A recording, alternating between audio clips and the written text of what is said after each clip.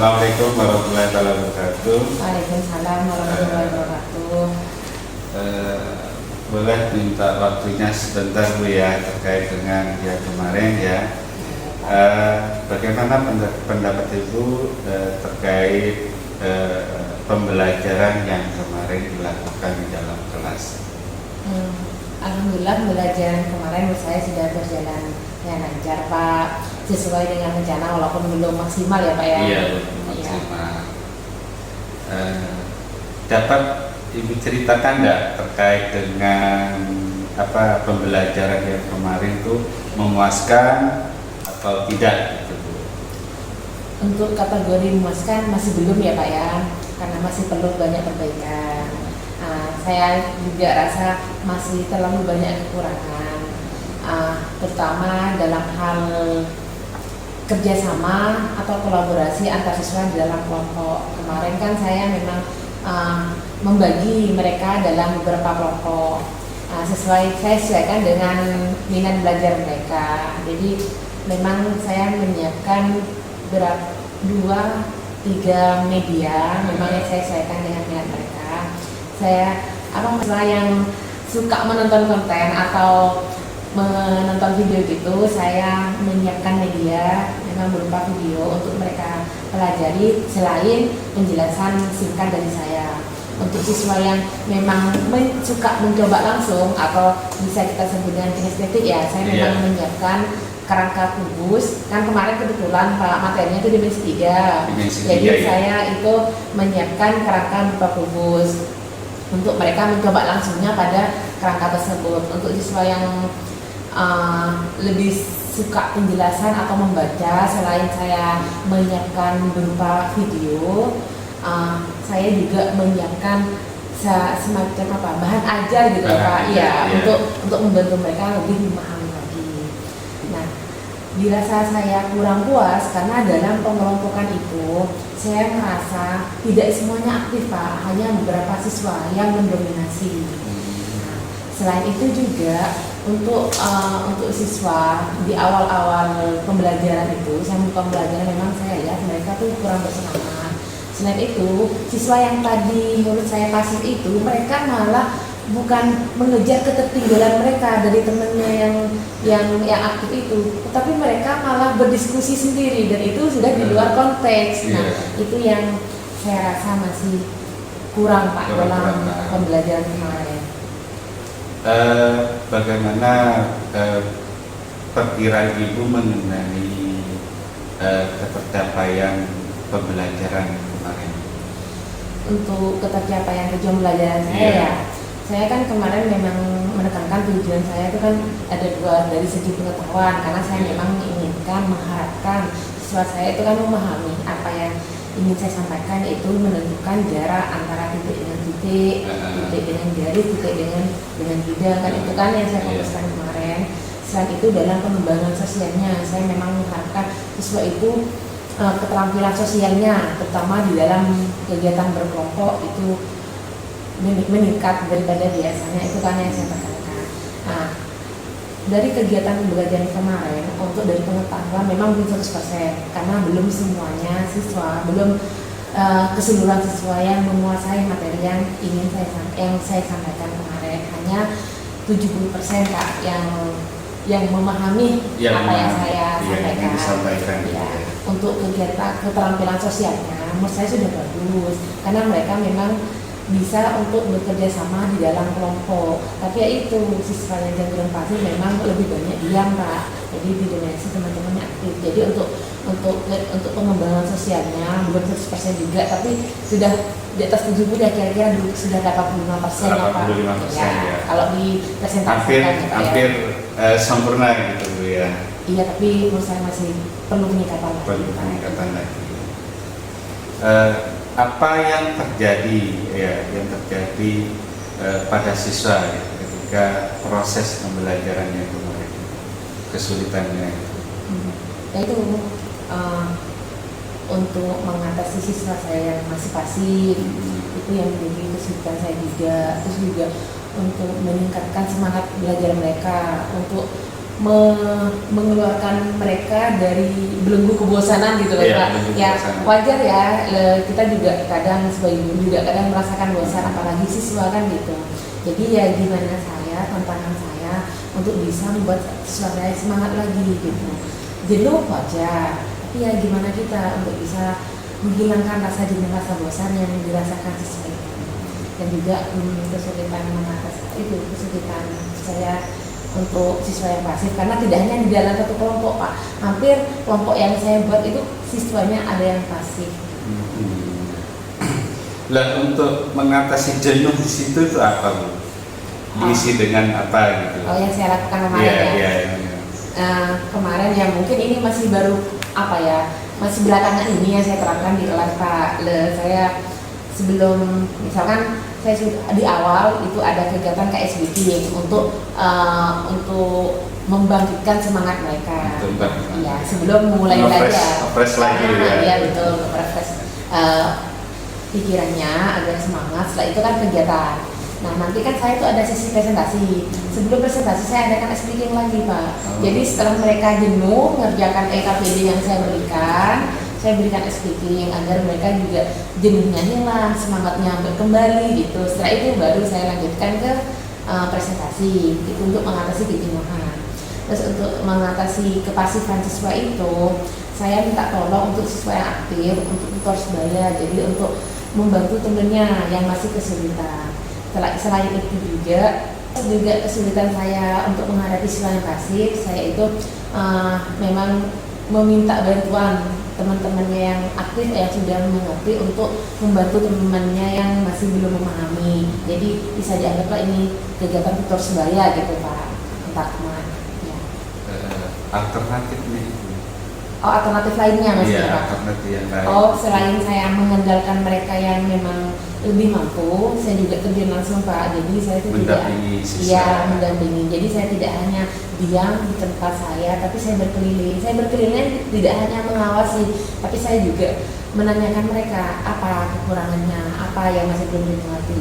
Kalau memang saya dibutuhkan, maka saya akan menjelaskan langsung pada siswa yang masih belum paham itu. Kadang kan malu kan Pak yang mau nanya ke temannya. Ya, aku juga gengsi berarti. Iya kan ada kayak gitu. Waktu tidak semua Pak ya. Ada yang seperti itu. Jadi mungkin kalau pendekatan saya secara personal dengan anak tersebut, memang tidak semua Pak ya, cuman ada beberapa kemarin. Saya kalau dibutuhkan penjelasan saya secara personal, saya pendekatan dengan mereka ya, saya jelaskan langsung. Jadi saya juga ikut terjun Pak, tidak hanya mengandalkan siswa yang itu. Tadi kan kesulitan siswa. Sekarang apa kesulitan ibu terkait dengan yang kemarin? Yang jadi kesulitan saya, karena saya memang cenderung termasuk guru yang kurang ekspresif Pak ya. Yeah. Jadi untuk kegiatan speaking, saya tuh memang bisa dibilang kaku atau saya masih nyontek-nyontek Pak di YouTube gitu. Jadi ngikutin kegiatan orang lain. Tapi ya saya anggap gak apa-apa lah permulaan. Mungkin nanti saya bisa mengembangkan sendiri kreativitas saya gitu. Saya berpositif thinking lah, optimis lah dengan kemampuan saya gitu. Nah, terus itu kesulitan pertama untuk masalah kreativitas saya sebagai guru. Terus juga saya dalam menghadapi siswa yang pasif karena nggak cuma 1-2 orang Pak ya. Nah, saya pendekatan secara personal dan itu semacam memakan waktu yang lebih banyak Pak. Jadi saya lebih banyak untuk mendampingi mereka secara personal. Itu yang kesulitan. Jadi kan untuk siswa yang mau diajarin temannya, saya berterima kasih, saya senang Pak, karena sudah membantu saya. Tapi untuk siswa-siswa yang masih butuh bantuan saya, kan tidak hanya 1-2 orang. Nah itu yang menurut saya itu jadi kesulitan saya, karena saya harus mendampingi beberapa siswa. Barusan Ibu kan sudah memaparkan kesulitan ya. Kira-kira apa Bu supaya lebih baik lagi dalam proses pembelajarannya ke depannya? Oh, tindak lanjut saya Pak. Ya, tindak lanjutnya. Yang pertama, rencana saya itu untuk mengatasi anak yang pasif itu, saya kan kemarin sudah mikir, ternyata yang saya lakukan itu memakan waktu banyak, buang-buang waktu saya gitu. Nah, untuk selanjutnya, saya itu rencana saya itu seperti ini Pak.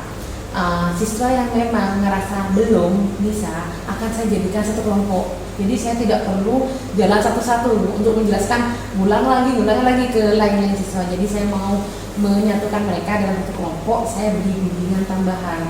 Nah, itu di luar itu ya, di ya, luar.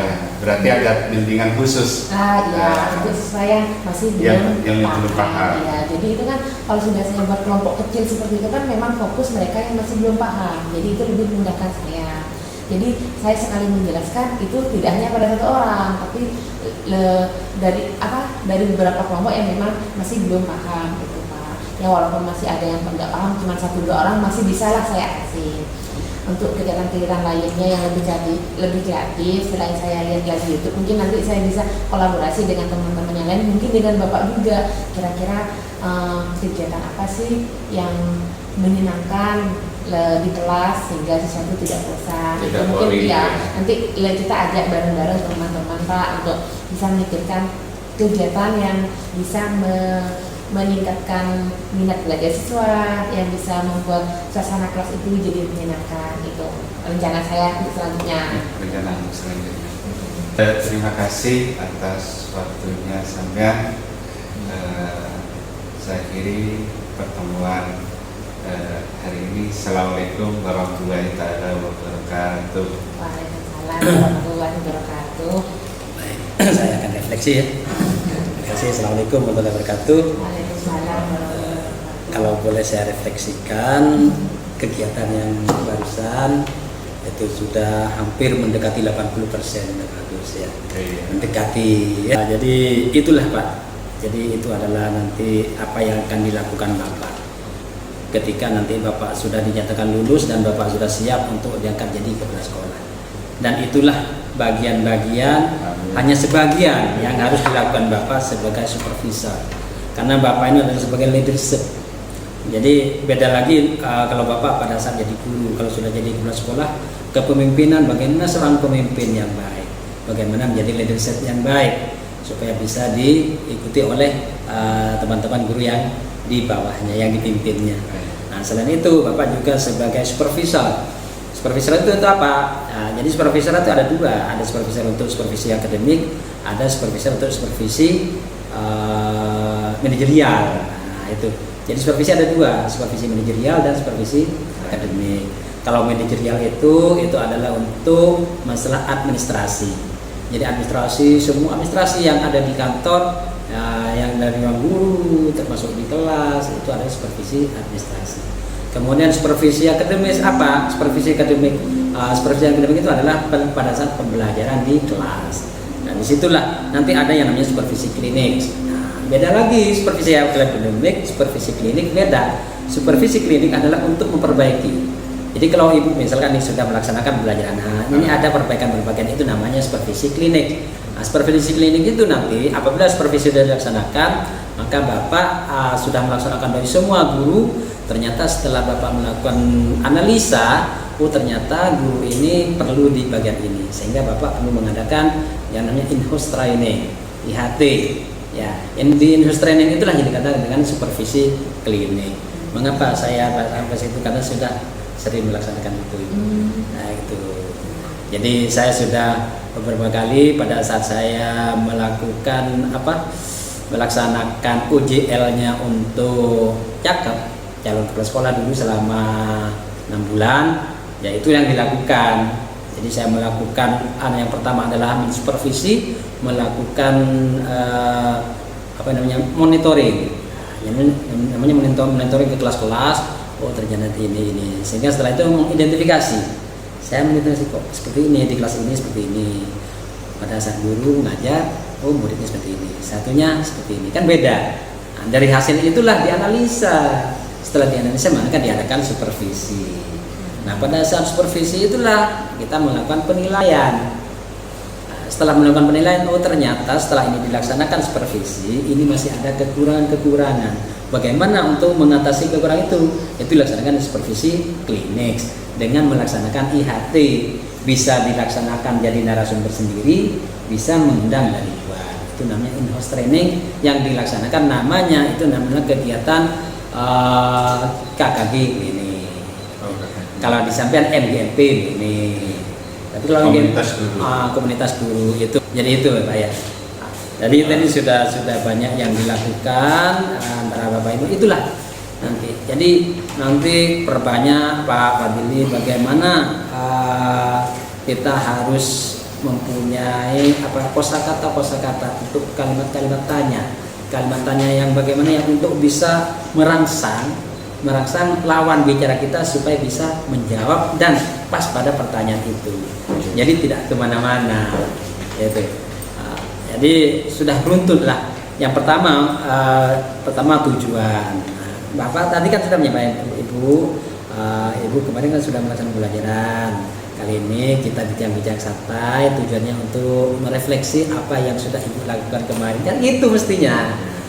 Ya. Terus bagaimana Ibu siap ya? Alhamdulillah saya siap Bapak. Kan gitu. Saya siap sharing. Namanya sharing ya. Bagaimana menurut Ibu kemarin pelaksanaan pelajaran kemarin? Jadi tanyakan semua. Dari situ nanti satu kata itu kata kunci. Kata kuncinya adalah tidak apa tadi? Tidak apa namanya? Tidak puas melaksanakan pelajaran. Oh iya, tidak puas. Itu kuncinya. Satu aja itu kunci. Dari satu kata itu saja sudah bisa ditarik kemana-mana. Yang menyebabkan tidak puas itu apa? Solusinya bagaimana? Terus langkah-langkahnya seperti apa? Tindak lanjutnya sampai itu apa yang akan dilakukan? Apa di situ memerlukan sarana prasarana? Faktor pendukungnya bagaimana? Kapan yang akan dilaksanakan lagi? Kan itu banyak pertanyaan-pertanyaan itu. Bisa, pokoknya Bapak itu bisa jalan lah. Apa yang sudah dijawab sama Ibu ini, gimana ya? Kemudian dilanjutkan lagi pertanyaan. Dijawab lagi, dipancing. Istilah ini memancing. Nah, pertanyaan tadi adalah pancingan. Apa sih jawaban itu? Itu merupakan keterampilan bagi seorang tim penguji.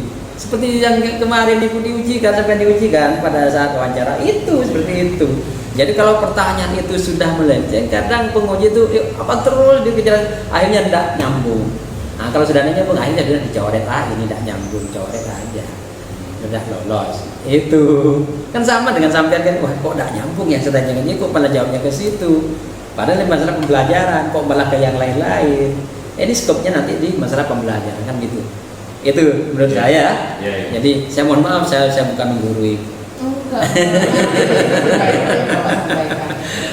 Saya tidak menggurui, mungkin ini hanya sebagai nanti istilahnya itu pengetahuan yang perlu ditransfer ya, jadi saya transfer ke sampean bagaimana sampean nanti melaksanakannya kan, bagaimana sampean merealisasikannya, kemudian dilaksanakan pada saat pembelajaran seperti apa itu. Terima kasih. Terima kasih. Ya, terima kasih Pak ya. Iya, sama-sama. Terima kasih Bu Ana ya. Saya kiri, assalamualaikum warahmatullahi wabarakatuh. Waalaikumsalam warahmatullahi wabarakatuh.